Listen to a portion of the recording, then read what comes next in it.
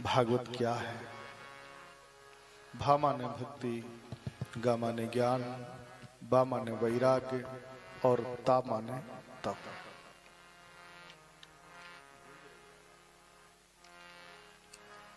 तत्पश्चात श्रीमद् भागवत महापुराण के महात्म्य के प्रथम अध्याय में प्रवेश किया। सच्चिदानंद भगवान को प्रणाम किया गया। शुकदेव बाबा को प्रणाम किया द्वितीय श्लोक में। तृतीय श्लोक में नैमिषारण्य क्षेत्र में पहुंचे हैं। सौनक आदि 88,000 ऋषियों ने अन्यान प्रश्न किए। तत्पश्चात पूछा, बाबा कलयुग में प्राणी को अपने कल्याण के लिए क्या करना चाहिए? बताया, कलयुग में प्राणी की वैसे ही स्थिति है जैसे कोई काला सर्प के मुंह में बैठा हुआ मेंढक। ये नाग कब अपना मुंह बंद कर ले और कब उस मेंढक का प्राणांत हो जाए। हम सब ऐसे ही काल के गाल में बैठे हुए हैं। कालब व्याल मुखग्रास त्राश निर्णाश हेतवे। भगवान क्या करना चाहिए? एक ही उत्तर दिया, श्रीमद् भगवतानुमुक्ति। केवल भागवत पुराण ही ऐसा ग्रंथ है जो व्यक्ति के कल्याण का कारण बनती है। भागवत एक कल्प वृक्ष है, अथवा यूं कहें भागवत साक्षात अमृत है।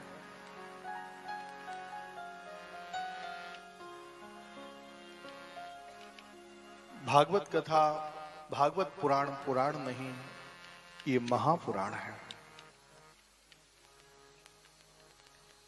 भागवत को अगर कहीं देवता भी चाहें कि हम सहजता से श्रवण कर लें, अवक्तांस्तांश विज्ञायु न ददौ स कथामृतम। ये भागवत कथा उनको भी सहजता से प्राप्त नहीं हो पाती। बाबा कोई सुनना चाहे तो कैसे सुने? बोले जैसे नारद जी ने सुना। नारद जी तो एक स्थान पर 2 मिनट से ज्यादा ठहरते ही नहीं, फिर 7 दिन तक एक जगह बैठ करके कैसे कथा को सुना। भक्ति ज्ञान वैराग्य के कल्याण के लिए नारद जी ने सनक सनंदन सनातन और शरद कुमार के द्वारा भागवत कथा को श्रवण किया। तत्पश्चात पूछा, बाबा दुनिया में कैसे कैसे लोग भागवत कथा को श्रवण करें तो उनका कल्याण हो जाता है? व्यक्ति के जीवन में जाने अनजाने में बहुत सारे पाप और पुण्य हो जाया करते हैं। अगर कहीं प्राणी भागवत की कथा को श्रवण कर ले तो क्या पापों से मुक्ति मिल जाती है? भागवत पुराण में वो सामर्थ्य है, इतने पापों को दूर करने की सामर्थ्य है जितने दुनिया में कोई पाप कर्म कर ही नहीं सकता। अथवा यूं कहें जैसे एक अग्नि की चिंगारी बहुत बड़े रुई के पहाड़ को जला करके राख कर देती है, अथवा यूं कहें एक सूर्य के उदय होने से सारा अंधकार नष्ट हो जाता है, वैसे एक भागवत के विराजमान होने से, ये भागवत रूपी कल्प वृक्ष के सानिध्य में आ जाने से, इनके संसर्ग में आने से प्राणी का कल्याण हो ही जाता है।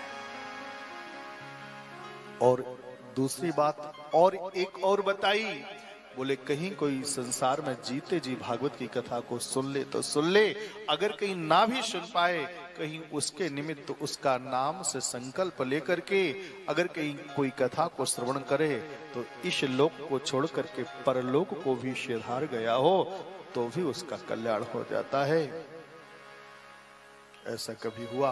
बोले हाँ। उस समय में बड़ा दिव्य गोकर्णोपाख्यान श्रवण करवाया।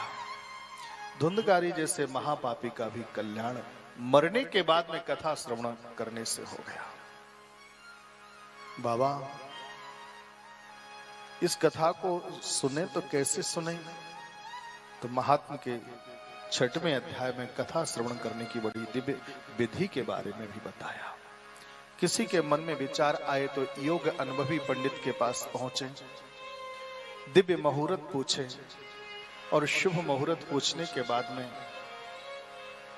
उस मुहूर्त में भागवत कथा का आयोजन करें।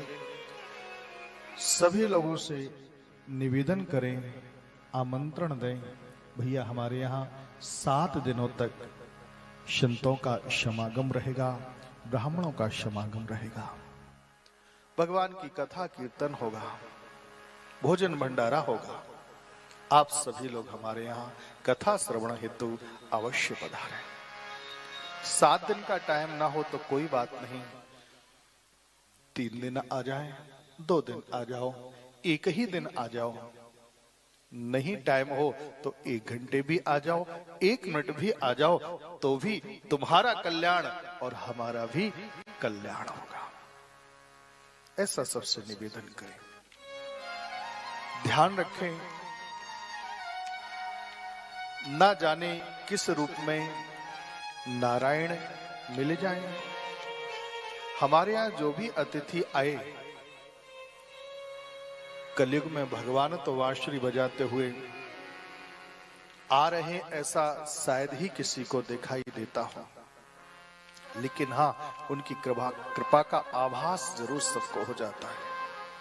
हो सकता है किसके रूप में, किस रूप में भगवान आ जाएं। चींटी से लेकर के हाथी पर्यंत तक सब में परमात्मा का स्वरूप समझे। सबका स्वागत और सम्मान करें। हमारे द्वारा कोई ऐसा व्यवहार ना हो जाए किसी को आघात पहुंचे।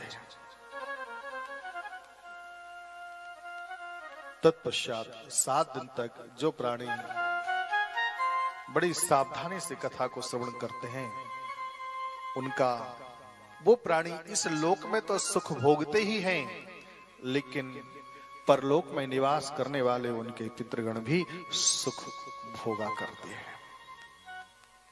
बड़ी दिव्य विधि के बारे में बताया गया। यहाँ पर श्रीमद् भागवत महापुराण के महात्म के 6